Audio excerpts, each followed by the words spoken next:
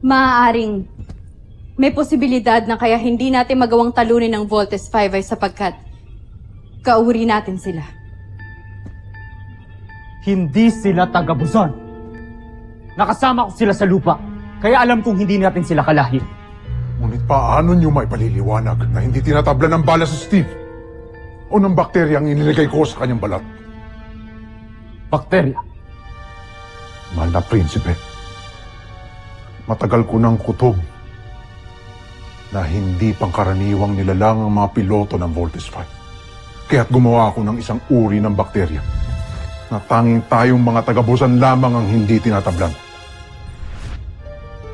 Ginawa ko ito upang suriin at subukan ang mga piloto ng Voltes 5. Kung tunay ngang tao si Steve Armstrong, agad ay mamamatay siya gamit ang bakteryang ito.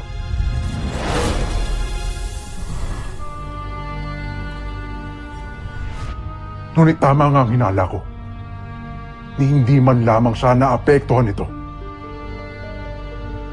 Nangangahulugan lamang na hindi siya tunay na tao.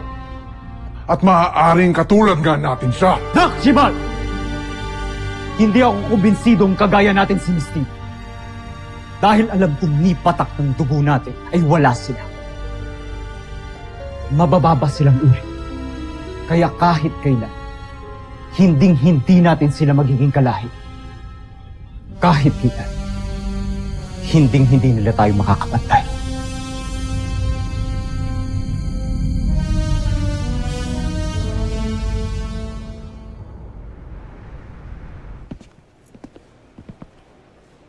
Mukhang sikat na naman tayo, ha?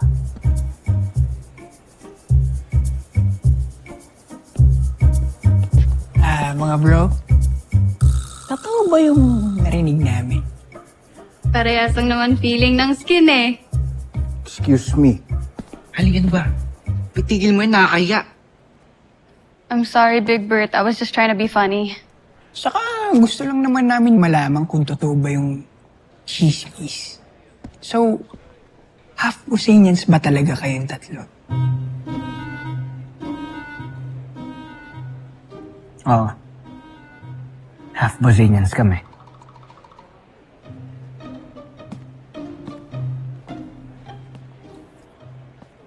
For me, it doesn't matter kung half Bozanians kayo hindi.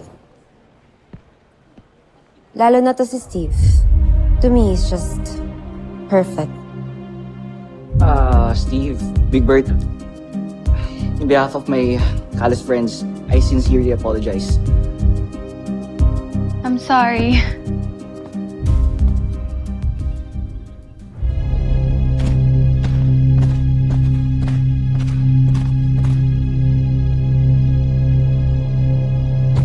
Maniwala ka sa akin, Sandra.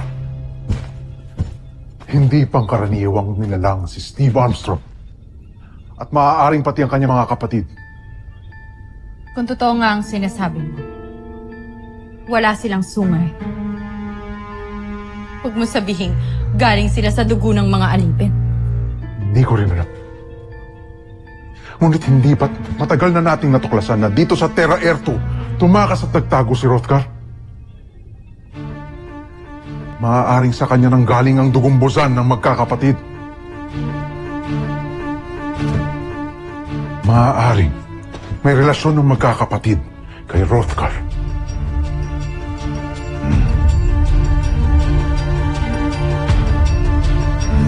Na dito sa Terra Air 2 nagtatago si Rothgar, no?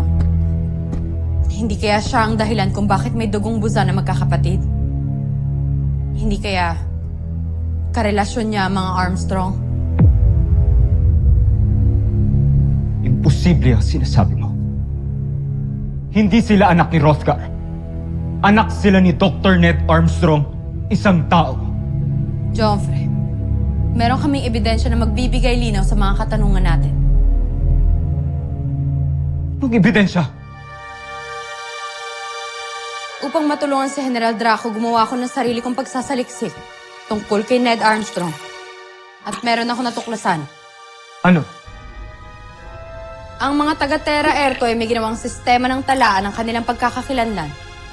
Simula sa pangalan, edad, kinabibilangang lahi, pati na rin ang kanilang mga asawa ay nakatala dito, simula sa kanilang pagkabata hanggang sila ay mamatay. At ang pangalang Ned Armstrong, wala ito sa kahit anong talaan ng dokumento dito sa Terra Erto, Joffrey. Kung ganun, sinasabi mong si Hrothgar at si Dr. Ned Armstrong ay isa. Posible. Sinasabi mo ba sa akin na naisahan ako ni Hrothgar at buhay pa siya? Na hindi ko pa siya napapatay? Na nasa katauhan siya ni Dr. Ned Armstrong? Kamahalan, hindi yun ang ibig namin. Tama na! Huwag niyong ipilit ang imposible! Pinatay ko na si Hrothgar at yun lang ang katotohanan ng paniniwalaan ko.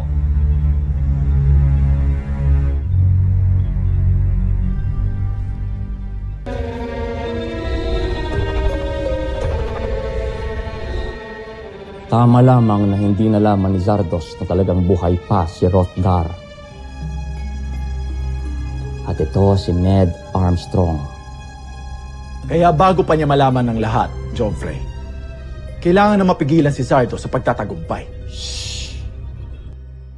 Iwan niyo muna kami!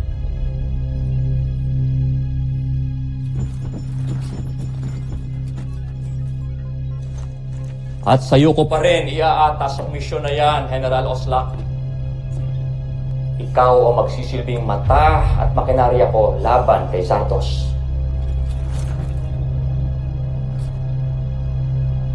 May partikular ba kayong nais ipagawa sa akin, Joffrey? General Oslak, hindi pwedeng maging bayani si Zardos sa mata ng lahat ng mga taga-Bozan. Kaya kailangan niyang magkamali, matalo, lalong mapahiya, saka siya dapat mamatay. Masusunod, Joffrey. Huwag kayong mag-alala. Pinaghahandaan ko na yan.